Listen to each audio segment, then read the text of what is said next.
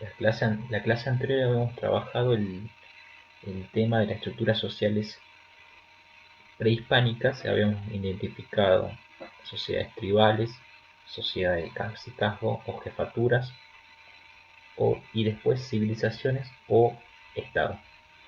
Bueno, en esta oportunidad vamos a trabajar con el estado inca, vamos a identificar algunas de sus particularidades y pues sobre todo vamos a tratar de comprender cómo funcionaba la estructura social incaica.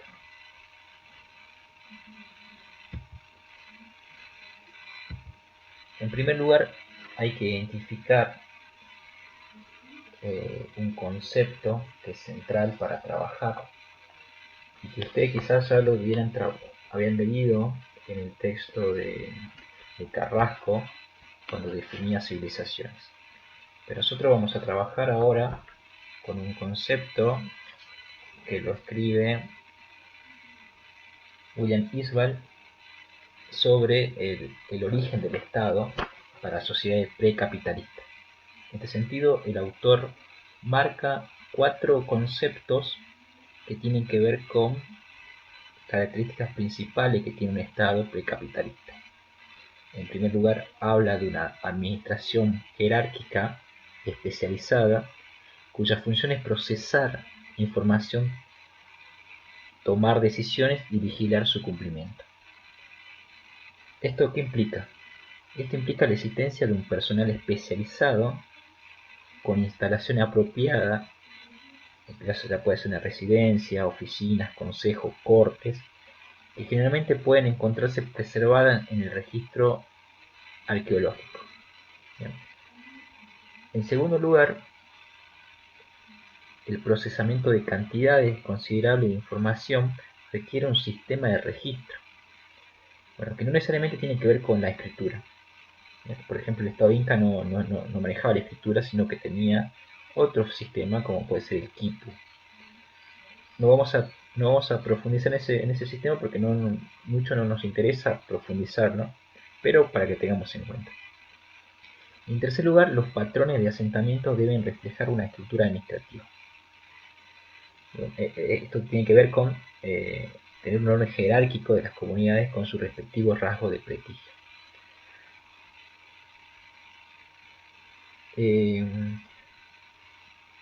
Por ejemplo, para el Estado Inca son numerosas fuentes que señalan, digamos, esta idea de administración especializada.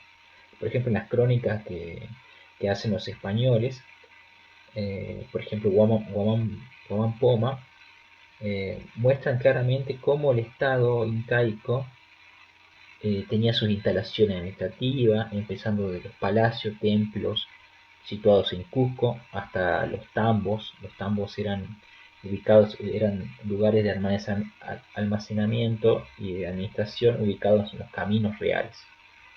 Eh, los estudios arqueológicos han demostrado que una obvia jerarquización en el tamaño de las comunidades que se aproximan cercanamente a la antigua estructura administrativa, por ejemplo, puede ser Cusco. Bien, esa es una.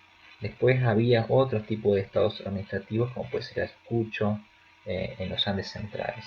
En este caso, bueno, como vimos, la administración inca es central entender esto, ¿no? En segundo lugar, el autor menciona la capacidad de recolección de tributos a fin de mantener, ya sea a la administración, bueno, o a los funcionarios, o un ejército, y que tiene que llevar la capacidad de esos tributos a hacer obras de carácter público. Por ejemplo, en el Estado Inca no existían sistemas monetarios para el pago del tributo. Y tampoco sus miembros estaban obligados a contribuir con otros bienes. Esto lo vamos a ver más adelante, porque el pago del tributo en el Estado Inca tiene que ver eh, con pago en trabajo. Y esto es una práctica tradicional en el sistema incaico, en el sistema andino preferiblemente. En tercer lugar, tiene que haber una división de clases sociales. cada una de las cuales posee diferente acceso a los medios de producción y a los productos. Por ejemplo, en el estado inca se puede distinguir tres clases semejantes a las castas, con sus respectivas diferencias internas. ¿Bien? En primer lugar estaban el inca de sangre, constituida la clase alta, con privilegios para desempeñar sus funciones. La máxima autoridad de este sector de la nobleza era el Zapa Inca. Una segunda clase pueden haber los incas de privilegio o grupos étnicos cercanamente relacionados a los incas, quienes ocupaban puestos de administrativos o jefes de alguna gobernación. Y el tercer sector lo ubicaban los curacas, eh, de los pueblos, de las comunidades indígenas. Y después, este serían, digamos, los sectores, digamos, más que tienen el poder en la sociedad incaica. Después vamos a encontrar los sectores que trabajan, o los sectores explotados, que van a ser los llanas y los haturrunas, que en cierta forma son campesinos. Entonces tenemos esa tercera cuestión, que es una división en clases sociales. La cuarta tiene que ver con el consenso social basado en la construcción ideológica. Y esto tiene que se relaciona con construir una idea que ayude a que exista un consenso, que ayude a que existe una aceptación de esos grupos explotados y que acepten que hay una desigualdad social. Y esto se funda con la cuestión ideológica. Y ahí se construyen los mitos alrededor del origen social, y en este caso del origen social de los incas. Por ejemplo, el mito del origen de la fundación del Cusco, de la dominación de estos pueblos hacia otros pueblos. Y esto tiene que ver con el simbolismo, con la cuestión también de la arquitectura, del arte, y esto se expresa, digamos, que esta desigualdad es una desigualdad de origen, es una desigualdad natural. Es decir, el Inca y su nobleza ha venido a dominar los pueblos andinos porque, digamos, representa eh, un acercamiento a la voluntad de los dioses, por ejemplo. Entonces eso se ve plasmado en toda la simbología arquitectónica, en toda la simbología de los rituales, las ceremonias. Y esto implicaba, digamos, este cuarto elemento que tiene que ver con el consenso social. Entonces repasamos estos cuatro atributos que tienen el Estado incaico. A partir de esto vamos a abordar, digamos, un poco, profundizar estas ideas, ¿no? Estas cuatro características las vamos a profundizar. Eh, el nombre de Tahuantinsuyo proviene del quechua, que significa cuatro regiones del sol.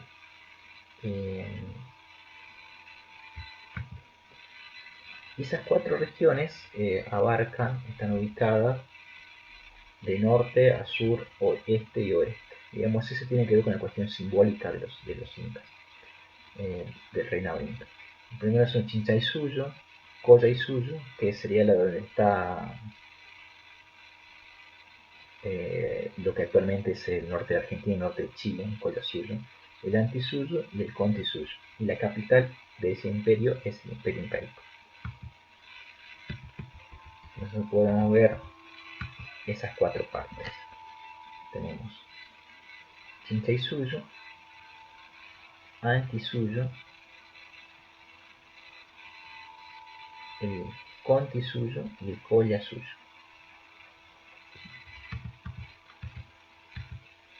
Acá un poquito, si ustedes se fijan en el PowerPoint, hay una cronología del origen del Estado incaico. ¿Bien? Esto es a base de los datos arqueológicos y también de las crónicas de eh, de los españoles que vinieron y estudiaron, digamos, esas sociedades cuando estaban en etapa colonial. Eh, no es necesario, digamos, ustedes lo podemos leer un poquito, pero ustedes también lo leen cuando repasen la, la materia, digamos, es para ver, digamos, el origen de, de este, de este estado, y para ver, digamos, cómo fueron creciendo, digamos, ¿no? El estado se origina en Cusco y, y a medida que avanza el tiempo, estas poblaciones empiezan a crecer. Entonces, ¿se acuerdan ustedes que hablábamos anteriormente de la sociedad de jefaturas? Bueno, el estado inca previamente era una jefatura que estaba en Cusco. Y aproximadamente en 1200 se funda como estado y ese estado nuevo empieza a expandirse a base ya sea de alianzas o a base de conquista. Primeramente es a base de alianza y después es a base de conquista. Acá hay una cronología dinástica y lo interesante ver acá es que el proceso intervienen muchos incas, muchos zapa incas que son las autoridades, pero también observamos, digamos, que esa expansión se realiza casi eh, contemporáneamente cuando vienen los españoles. Por ejemplo, cuando llegan los españoles, Huayna Capac ha logrado eh, tener eh, una expansión que va a llevar a a la anexión de lo que es el Colia Suyo, ¿no? Lo que es el norte de Argentina, el norte de Chile actualmente. En ese periodo va a existir esa expansión. Esta es la expansión más grande, ¿no? Cuando llega Guanacapac, se logra conquistar una gran parte del imperio de lo que es actualmente. Bueno, acá hay un mapita que marca esa conquista. eh, y no solamente a lo que es el sur, sino también al norte. Entonces tengamos en cuenta eso, ¿no? Porque la conquista de lo que es al norte y lo que es al sur es reciente, no es muy, eh, no es un periodo de largo dominación, sino que es un periodo reciente. Entonces también ahí podemos entender, digamos, las alianzas que hicieron estos pueblos con los españoles para vencer a su reciente conquistador. Entonces esta expansión inca, la idea de que usted no es que se aprendan los la cronología, sino que ustedes puedan visualizar ese concepto de estado expansionista, ¿bien? De imperio. El Inca es un imperio. ¿Y qué implica un imperio? Un carácter expansionista y militarista. Y eso conlleva a la dominación de otros pueblos eh, que deben rendir tributos a ese Inca, a los Incas. Los Incas nacen acá en Cusco. ¿Bien? Entonces por eso a veces tenemos la mala, nos enseñaron, digamos, que toda esta parte es Inca. No, esta parte no es Inca, es la región andina, con diferentes pueblos, comunidades, de la cual el Imperio Inca logró conquistar a base de alianza y a base de guerras y conquista. Bien, entonces tenemos claro eso para entender después, digamos, por qué la invasión española no fue naturalmente vista como una expansión más, porque ya venían acostumbrados esos pueblos a la conquista de otros pueblos o de otros estados más desarrollados. Seguimos con la idea de organización social. Hace primero había marcado algunas ideas previas sobre este tipo de organización social que tiene que ver con las jerarquías que implica, que marcan los vínculos que se establecen en una sociedad. Entonces habíamos marcado que existen incas de sangre, que se denominan así, incas de sangre, que serán los que originariamente han descendido de los primeros descendientes del estado incaico, en donde podemos encontrar el Inca, Zapa Inca, la Colla, que es la esposa del Inca, y el Auqui, que es el hijo del Inca, que tiene que ver con ser heredero de los Incas, ¿no? Y después están constituidos por las Panacas reales, que son los parientes cercanos de estos nobleza. ¿Bien? Entonces tenemos la nobleza, en primer lugar, la nobleza. Después tenemos eh, eh, los incas de privilegio, ya sean de sangre o de privilegio, que tienen que ver con parientes del Inca. Recordemos que, o quizás tengamos en cuenta que la cuestión de la endogamia en la sociedad incaica es muy fuerte. Entonces el Inca tiene muchos hijos y al mismo tiempo esos hijos tienen otros hijos, y para mantener la pureza de la sangre tienen matrimonios y para tener descendencia con familiares, para mantener esa pureza de sangre, ya sea con hermanos, hermanas, primas, etcétera. ¿Bien? Eh, y la de privilegio, que son las personas destacadas de la administración incaica, que pueden ser sacerdotes, jefes, altos jefes. Después tenemos a la población general, que digamos es la población campesina. ¿Bien? Porque digamos, recordemos que estas son poblaciones precapitalistas, es decir, que su base económica tiene que ver con lo agrario. Entonces hablamos de población campesina, que son poblaciones ya sea miembros, pueblos en general, o pueblos que han sido conquistados recientemente, ¿no? En este caso el nombre es Hatunruna. Esos Hatunruna están obligados a pagar un tributo. Después vamos a ver de qué consiste ese tributo. Por otro lado tenemos a los llanas. Los llanas son miembros, eh, perdón, no son miembros de un alio, son todo lo contrario, son tan desvinculados de ese alio. Es decir, que ese el alio lo vamos a ver después, pero digamos, tan desvinculados de su comunidad de origen.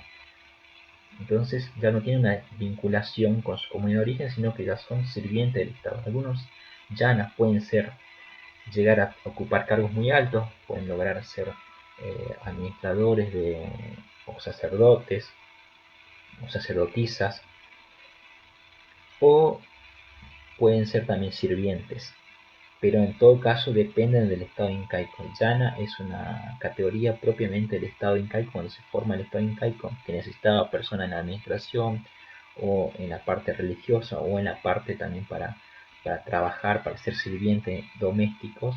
Entonces lo que hacían ellos era ir a cualquier comunidad, sacar personas de ahí, y esas personas iban a ser los llanas. A veces sus llanas también eran sacrificados, porque recordemos, las momias de Yuyayacos son personajes también de- tenían estas prácticas de momificación y sacrificios religiosos de ese estilo. Entonces algunos ya también eran sacados de su comunidad. ¿Y cuál es la idea central de llana? Entonces es que son desvinculados de su comunidad de origen. ¿Bien?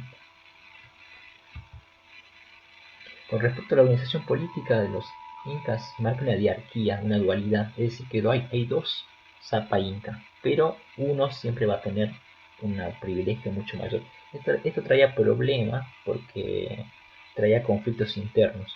Cuando los españoles estaban llegando a lo que es el Imperio Incaico, había muerto Huayna Cápac, y sus dos hijos, Huáscar y Atahualpa, estaban en la guerra civil para, para ver quién gobernaba o quién tenía preponderancia en la gobernación.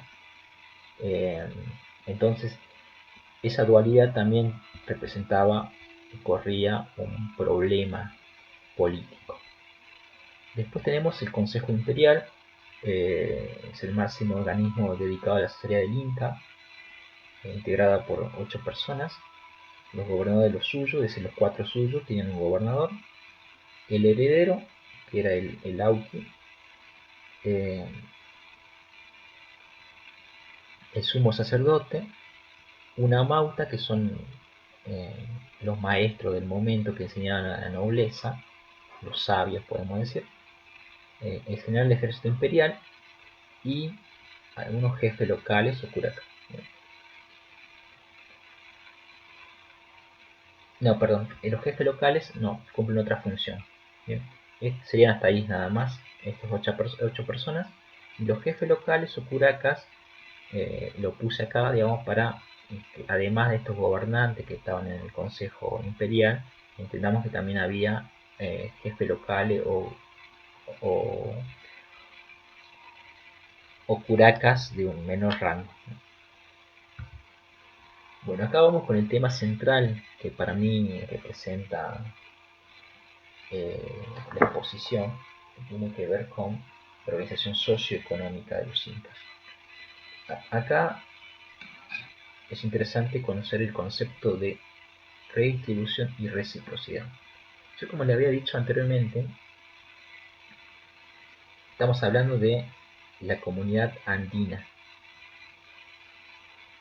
Entonces, cuando hablamos de comunidad andina, excede, excede a los incas, al estado incaico, sino que son el estado incaico 1200 después de Cristo tiene su expansión, pero las comunidades andinas han empezado a vivir mucho más antes en todo lo que es esa región, y han desarrollado diferentes estructuras sociales.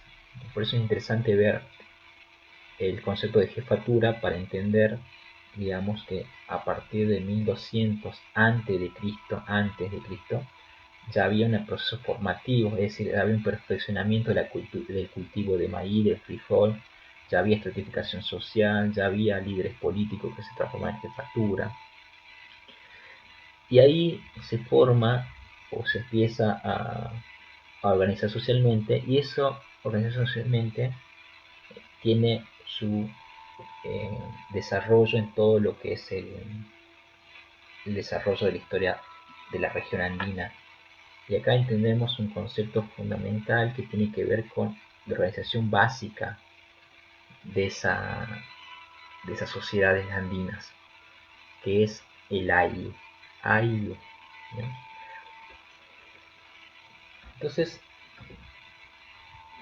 esa sociedad está acostumbrada a estos dos principios. Esos son principios que tiene esa sociedad, que lo lleva desde 1200 años antes de Cristo, imagínense, hasta que llegan a los el imperio incaico, digamos, son casi 1000 años, más de 1000 años. Entonces entendemos que el estado incaico es heredero de esas tradiciones andinas, ¿bien? Que se formaron hace mucho tiempo.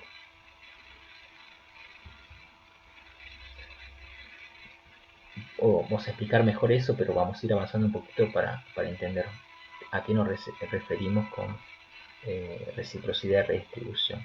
Primero, que la geografía andina es muy diversa. No solamente tenés de todo lo que es las cordilleras, los espacios altos de la puna, digamos, también tenés las costas, eh, con limítrofes a los océanos, las montañas, los mares, las montañas, las sierras, y también tenés espacio de selva. Bien, entonces la región andina es muy variada en relieve y en geografía física, ¿no? Bueno, acá tenés sierra, valle, selva tropical, el altiplano, y también una variedad de recursos, ¿no? De diferentes espacios geográficos, ¿no? Como el maíz, la patata, la quinoa, y los animales como la llama, la alpaca, la vicuña, ¿no?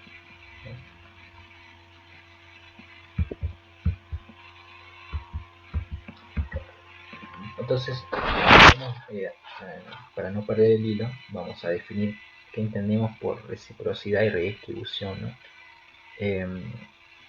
La redistribución supone una jerarquía, ¿no? Que se aplica a un grupo de un centro coordinador, es decir, tiene que haber una organización de recibir los productos y poder redistribuirlos. Por otro lado, la reciprocidad en el estado incaico es un sistema organizativo socioeconómico que regula las prestaciones de servicio a diversos niveles, y esto servía de engranaje en la producción y distribución de bienes. Acá se distinguen dos niveles de reciprocidad. Una de las partes de las comunidades del aliu, unida entre sí por lazo de parentesco, y por otra, la reciprocidad con el estado incaico. Entonces tenemos una reciprocidad asimétrica y una reciprocidad simétrica. La simétrica es entre las comunidades indígenas, y las asimétricas es con el estado incaico.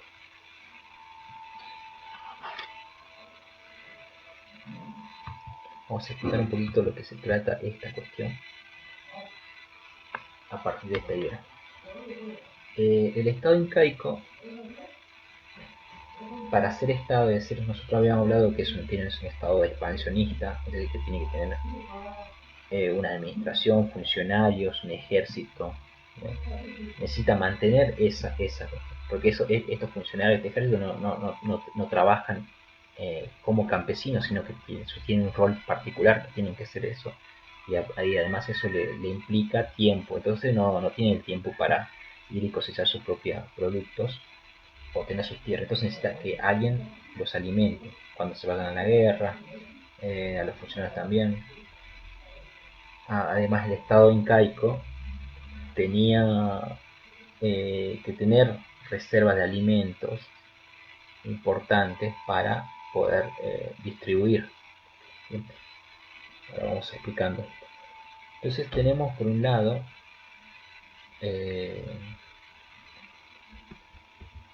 una gran variedad de recursos, geografía diversa. Por otro lado tenemos un estado que demanda alimentos, y por otra parte tenemos un desarrollo importante en las técnicas, ya sea de irrigación o construcción de terrazas.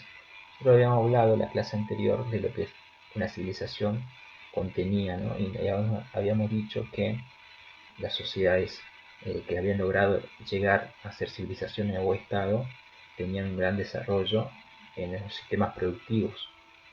Habían logrado perfeccionar las técnicas agrícolas, que eso implicaba un aumento de la productividad. Por ejemplo, si observamos, los incas habían logrado un desarrollo, o las culturas andinas previamente, pero con los incas después también, un desarrollo importante en la cuestión del regadío, en la cuestión de la tecnificación de la producción agrícola. Por ejemplo, acá tenemos un ejemplo de sistema de riego, que se hacían con terrazas de cultivo para aprovechar mayormente la irrigación. Por ejemplo, tenemos esta. Acá se plantaba y esto se iba bajando como canales, ¿bien? Entonces todo esto era muy fértil. Este sistema implicaba, digamos, producir en lugares muy altos y aprovechar el nivel de regadío.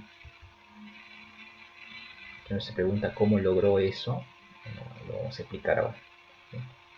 En el estado incaico, lo que es fundamental y la base material y de producción que es central es la tierra. Entonces acá tenemos que ver con la propiedad de la tierra. Y en este imperio podemos encontrar las tierras del Inca, las tierras del Sol y las tierras de los Andes. Entonces se habla de organización tripartita de las sociedades andinas en la dominación incaica. Y acá vamos con lo fundamental. ¿Qué es el aliu? El ALIU es la unidad básica de organización andina. Es decir, esto está previo a los incas. Esto, como le decía, estaba en etapa formativa de la región andina. Hay edades que se clasifican. La etapa formativa tiene que ver con lo que habíamos mencionado anteriormente, cuando hay un perfeccionamiento en el sistema de domesticación de plantas y animales. Se empieza a dar este periodo formativo en el cual se empiezan a estructurar económicamente y socialmente las comunidades indígenas andinas, y ahí se forma el ALIU. El ALIU sería como, si queremos trasladar anacrónicamente obviamente, sería como la familia actual, pero esa familia actual, digamos, tiene tiene otra característica para ese momento. Por ejemplo, bueno, acá hay una definición, ¿no? Hace referencia a un grupo de personas que se asocia en cuanto al parentesco y posee una descendencia patrilineal, tiene un territorio determinado donde la tierra es de propiedad colectiva. Su organización se basa en los vínculos de parentesco que implican relaciones de mutua ayuda, cooperación de los miembros del ALIU en el trabajo bajo los vínculos de reciprocidad. Es decir, comparten dos cuestiones importantes: un origen común, relaciones de parentesco, y comparten la propiedad de la tierra. Es decir, la propiedad es colectiva, no es de uno solo ni es individual, es de todo, es colectivo. Esos alios pueden ser de 100, 20 personas, 30, 40 personas, 50, digamos, varía mucho, digamos, la constitución del área. Ahí puede haber alios de 500 personas, que son extensivas, pero lo que sí banca es esos tres principios, ¿no? De origen común, de parentesco y de propiedad colectiva de la tierra. Y esto también se funda lazos de reciprocidad, y ahí también se fundan lazos simbólicos, porque cada ayu tiene sus huacas, es decir, sus dioses, poseen tierras en las cuales tienen que trabajar. Por ejemplo, tienen vínculos con la comunidad, y esos vínculos son muy fuertes. Si ustedes un poco conocen para la zona más del altiplano, eso, bueno, por toda la parte de Bolivia, incluso para Jujuy, o para quizás para las comunidades collas de acá de Salta, bueno, que es actualmente Salta, eh, sigue perdiendo ese vínculo fuerte entre las comunidades. Eh, Se ve perfectamente en el carnaval andino, es muy diferente, bueno, a los carnavales que se pueden hacer en otros lugares, porque digamos ahí se marcan esos principios de reciprocidad, ese vínculo de solidaridad entre el grupo.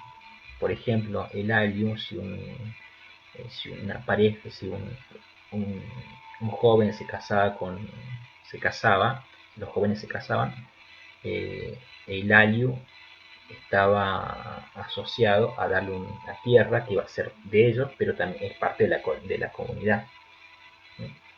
En el trabajo también es lo mismo. Por ejemplo, no solamente se trabajaba en tierras comunales, todos los integrantes del ALIO iban a trabajar en la tierra, y esos alimentos que se producían iban a ser después guardados y iban a ser redistribuidos después en la comunidad. Si pasaba, por ejemplo, si en una estación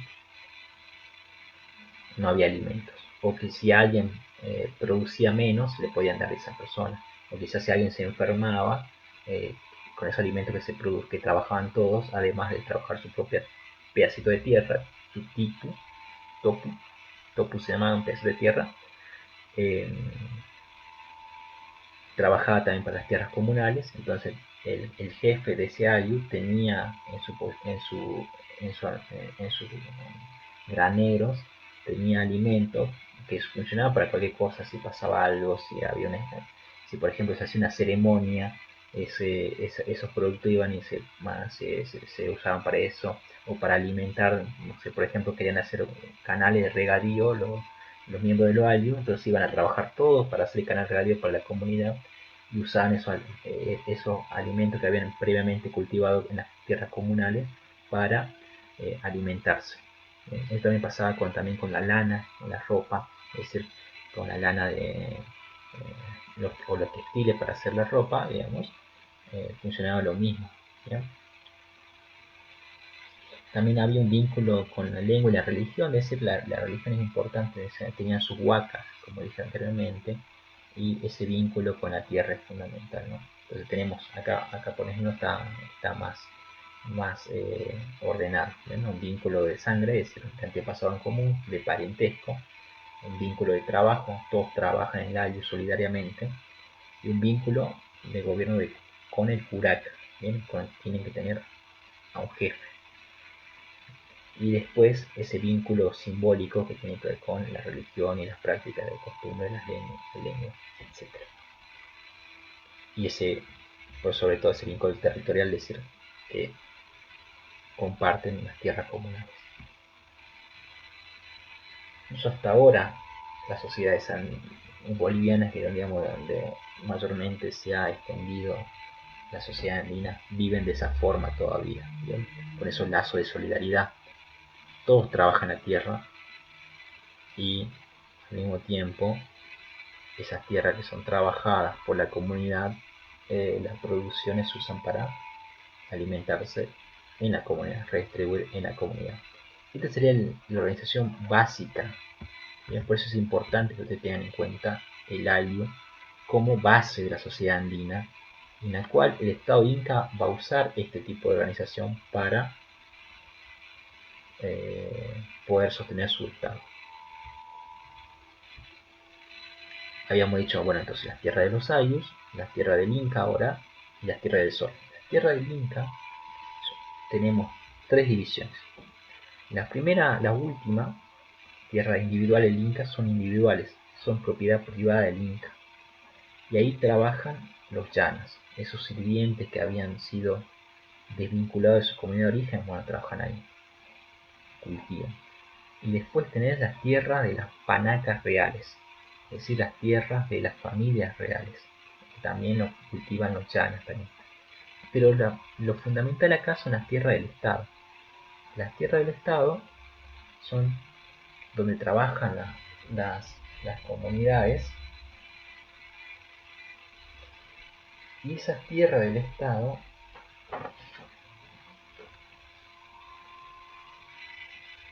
sirven para redistribuir, ya sea al ejército, ya sea al administrador, ya sea para que el Inca eh, haya malas cosechas y tenga que repartir desde el Estado, o para dar alimento a las comunidades de los ayllus cuando van a trabajar en las construcciones de algún templo o construcción de caminos. ¿Bien? Y acá es importante tener en cuenta la función que tuvo un alimento básico que es el maíz.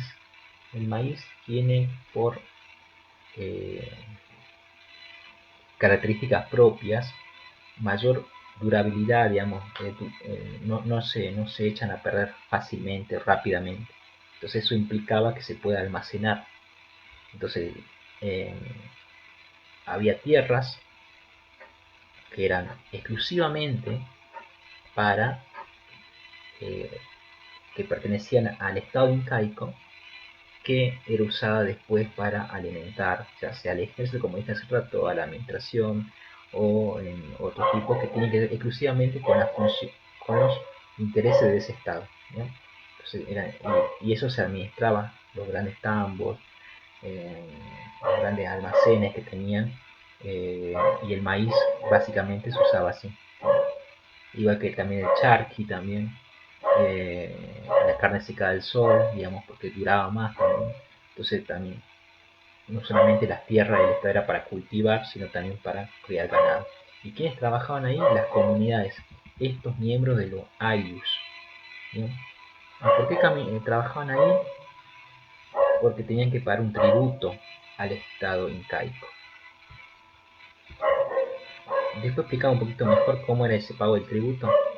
Bien, pero por lo menos quedamos ahí. Entonces tenemos tierra de los ayllus, tierra de los incas y ahora tierra del sol. Y estas son exclusivamente para cultivos que se dispondrán en ceremonias religiosas. Algunas cuentan con llana para su cultivo, otras también pueden también las poblaciones de los ayllus trabajar ahí, tributando esas tierras. Esto tiene que ver, las tierras del sol tienen que ver claramente con el vínculo religioso. ¿Bien? Todo lo que se va a producir ahí va a ser para los sacrificios o ceremonias para vinculadas al dios máximo, que bueno, tiene que ver con el sol. Donde podemos ver alguna imagen acá de los movimientos que existían del ejército. No eran ejércitos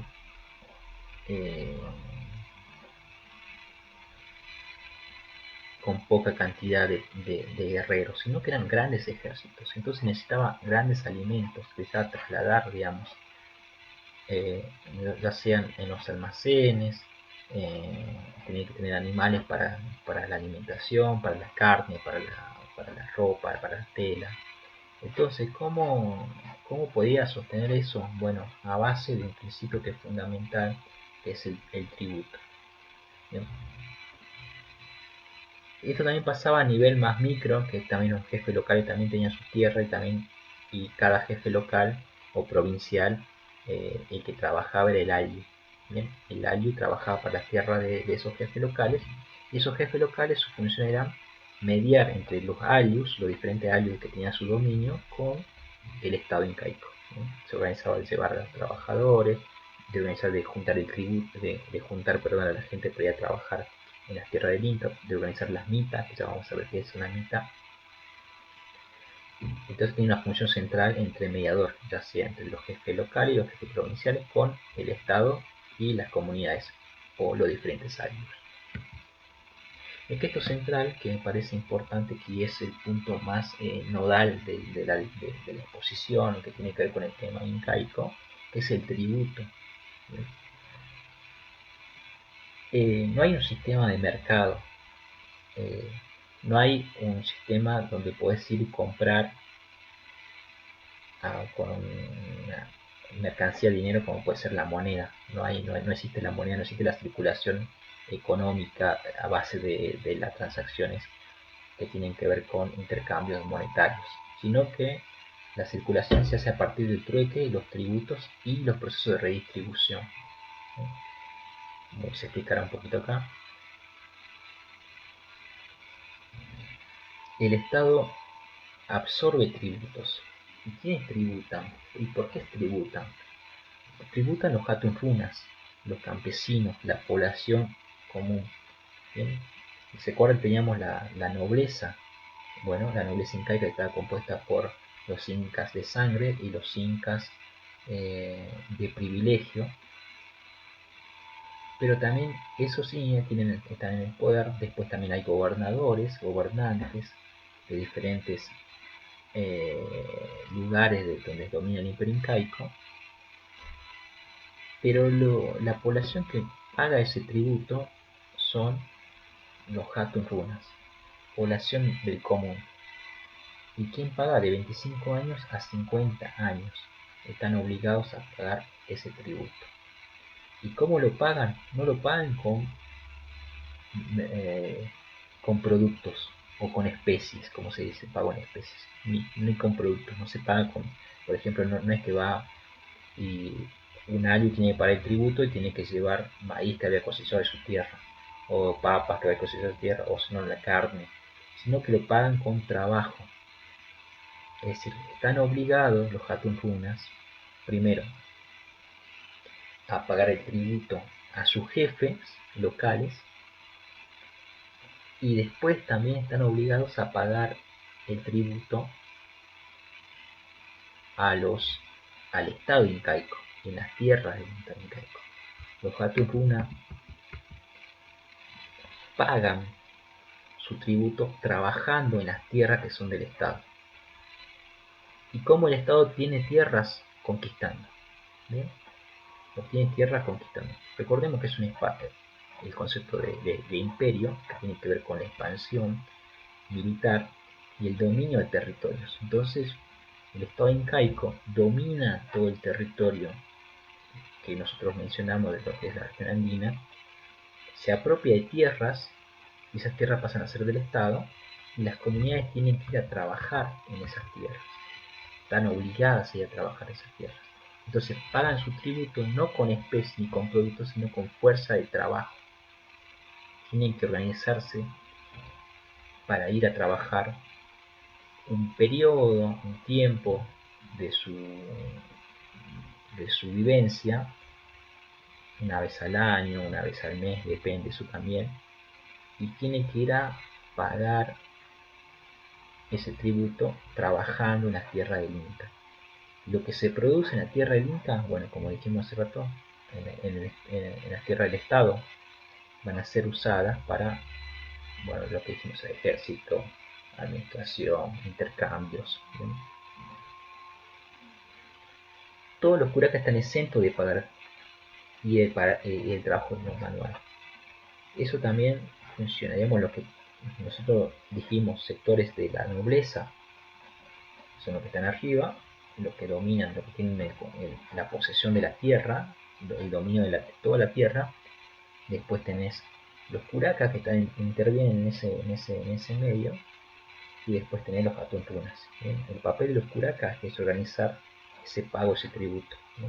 Al mismo tiempo ellos no trabajan, también reciben también en sus propiedades también lo mismo, el pago del tributo. Entonces los atuntunas tienen que trabajar no solamente para alimentarse de ellos, sino también tienen que trabajar para pagar el tributo para los curacas y para pagar al Estado incaico. ¿Bien? Entonces, ¿cuáles son las obligaciones de estos campesinos? Y acá me parece que es interesante esto, observar esto, es el trabajo colectivo en las tierras del curaca y del inca. ¿Bien? Como dijimos hace rato, estaban obligados a trabajar pagando el tributo en esas tierras. Y esos productos que salen de ese trabajo, esa tierra, ese cultivo, eso lo administra tanto curaca o inca, ¿bien? Ese jefe local o el estado incaico. ¿Bien? Además, hay otra obligación de estos campesinos que es el pago de la mita. Y la mita es un servicio personal periódico. Es decir, una vez al año o periódicamente, o que realmente es para si el Estado Inca necesita construir un camino, o un tambo, o un palacio, o un templo al sol, o un lugar de almacenamiento, ya sea lo que sea, una fortificación guerreras como Machu Picchu, tiene que no es que contrata personas ni paga personas, sino que las poblaciones están obligadas a tributar. Entonces, esa mita tiene que ver con obligadamente una vez al año, o depende también, pero generalmente es una vez al año, las comunidades de los ayllus tienen que ir a trabajar, ya sea en las construcciones de la infraestructura del Estado o al ejército. ¿Bien? Por eso se mueve mucha cantidad del ejército, ¿bien? Porque una vez al año tienen que estar obligados a ir a pelear, ¿bien? En la conquista y todo eso. Bueno, cuando hay grupos que se rebelan, eh, eh, están obligados a cumplir esa función, que es ese trabajo, ese servicio personal periódico, ¿bien? Que es la mita. Y mientras ellos se van, el alio no queda solo, digamos, no es que se van todos del alio, sino que se van un porcentaje de ese grupo, de ese alio, ¿bien? Un porcentaje de esas personas. Mientras se van eso, eh, los alius quedan trabajando, quedan trabajando eh, otros miembros, ¿bien? Entonces por eso ese vínculo también de solidaridad entre los alius, ¿bien? Mientras se van otros, el que tiene que trabajar la tierra para dar de comer a la familia de esos hombres que se van a pelear, tienen que ser los mismos miembros de los alius, ¿bien? También hay un tributo textil, quiere decir que el Inca suministra la lana que salen de las llamas de sus tierras, le, le da a la comunidad de los ayllus, y los ayllus tienen que tejer la ropa para el Estado. Entonces, lo que es interesante ver acá, que todo se hace con el tributo, con pago, con fuerza de trabajo. No hay una intención de parte de los ayllus de pagar con otra cosa, por ejemplo con productos, no está. Solamente en algunos casos aislados pueden ser los artesanos, pueden ser los pescadores, pero en general se paga con fuerza de trabajo. Y eso es interesante en el estado incaico. No se pagan con dinero, porque no hay dinero, ni tampoco se paga con productos, sino con fuerza de trabajo. Y así, de esa forma, se logró construir todo esto, ¿no? Todo lo que es esto, Machu Picchu, o lo que también toda otra parte del imperio incaico, de lo que está en Perú, en parte en Bolivia a veces, en parte de Bolivia también, todo se construye de esa forma, ¿sí? La base social es el alio. El alio tiene sus obligaciones, ya sea con su comunidad, con el curaca, pero también con el Estado. Y mientras esto también es interesante, mientras los miembros de los alio están trabajando en la construcción de esas murallas, de esos templos, de los caminos, el Estado incaico está obligado a darle de comer y de vestir. Por eso almacena tanto ropa, almacena alimentos, almacena carne, almacena maíz, almacena papas, porque para darle de comer cuando esos miembros de los ayllus van a trabajar para el Estado incaico, ellos no se llevan su comida, sino que el Estado está obligado a darles de comer. Y por eso también hay una reciprocidad asimétrica. Eso es lo que hablamos hace rato de reciprocidad. Hay una reciprocidad ya sea entre, que es el vínculo que hay entre pares, simétrico de la comunidad del alio con miembros del alio, pero también esa reciprocidad asimétrica del Estado con los miembros de los alios. ¿Bien? Entonces, es fundamental esto. El tributo se integra en el sistema de reciprocidad, ese sistema de reciprocidad que nació hace miles de años, hace 1000 años, por ejemplo, hace 1000 años en la región andina, se incorpora, se integra en ese sistema. El Estado incaico eh, aprovecha esa idea previa del sistema de reciprocidad, entonces eso lleva a que los campesinos cultiven la tierra del Inca a cambio del derecho de usar su propia tierra comunitaria. ¿Por qué? Porque ideológicamente, no sé si retomando la idea del cuarto punto del Estado, del concepto de caracterización del Estado, tiene que haber una ideología que fundamente esta explotación, que fundamente esta desigualdad social. Entonces, esa ideología se funda que el Inca es el dueño, el señor, el dios de toda la región andina, y simbólicamente es poseedor de todas las tierras. Entonces, ese tributo se fundamenta en esa forma. Las comunidades, que de hecho son propiedades colectivas, las tierras de hecho son así, pero también se fundamenta ideológicamente que son parte del Estado incaico. Entonces el Estado incaico le deja usar esa tierra a cambio de que ellos pagan el tributo, y como pagan el tributo, cultivando las tierras del Inca. Y lo mismo pasa con la lana, ¿no? Eso también lo habíamos repetido anteriormente, ¿no? Y es interesante ver cómo lo fundamenta, bueno, ya lo mencioné recién, pero también es interesante, esto también es muy, eh, que el sistema incaico es muy planificado. Entonces, al almacenar mucho alimento en épocas de malas cosechas, el Estado redistribuye esos alimentos a las poblaciones que necesitan. Y también a los ancianos y los enfermos. Entonces, hay una obligación del pago del tributo, pero también hay una obligación del Estado incaico en retribuir. Entonces, cierra la idea de reciprocidad.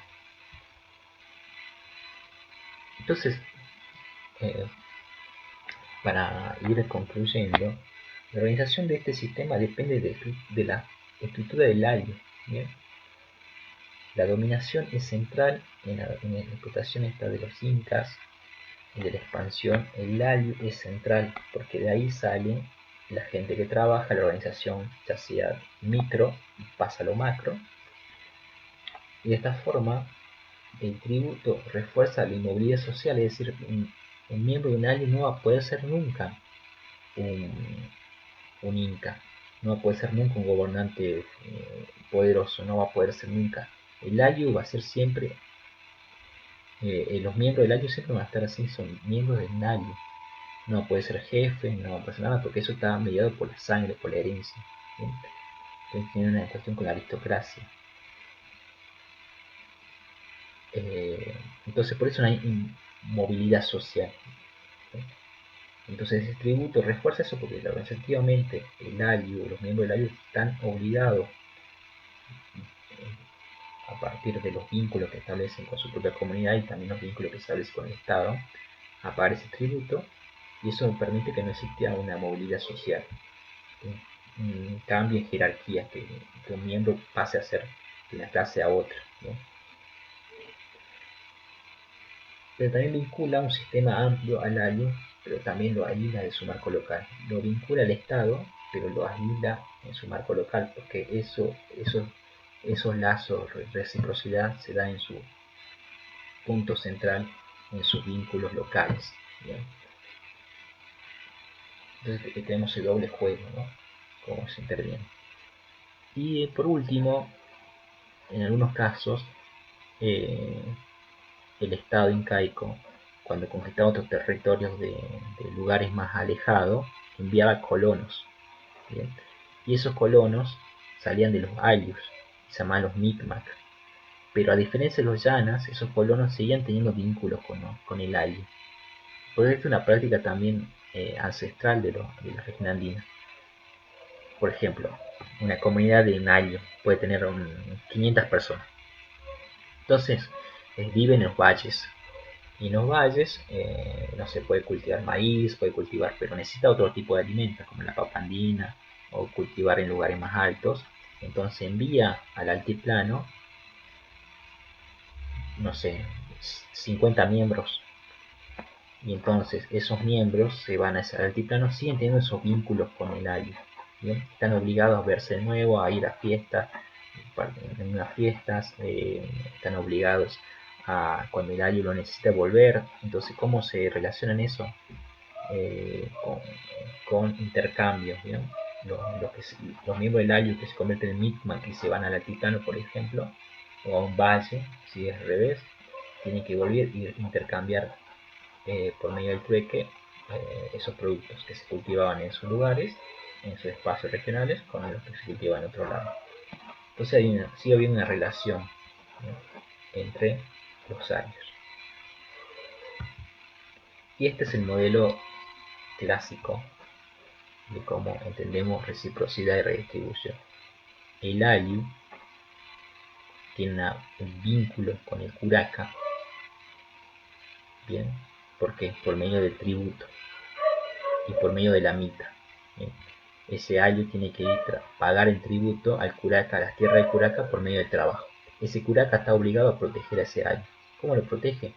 Almacenando los productos que se cultivaron ahí y redistribuyendo en los momentos de que el ayllu lo necesite, ya sea para hacer una fiesta, ya sea para hacer ceremonias, ya sea para cuando quieran construir un canal regadío y necesiten alimento para alimentar a los trabajadores. El curaca está obligado a dar eso. Al mismo tiempo el curaca es mediador también del Inca, entonces también tiene que protegerlo, también no sé, interviene en algunas cuestiones que tienen que ver con el tributo, el pago del tributo, organiza eso. ese curaca tiene obligaciones. Entonces hay una reciprocidad asimétrica, pero reciprocidad. ¿Bien?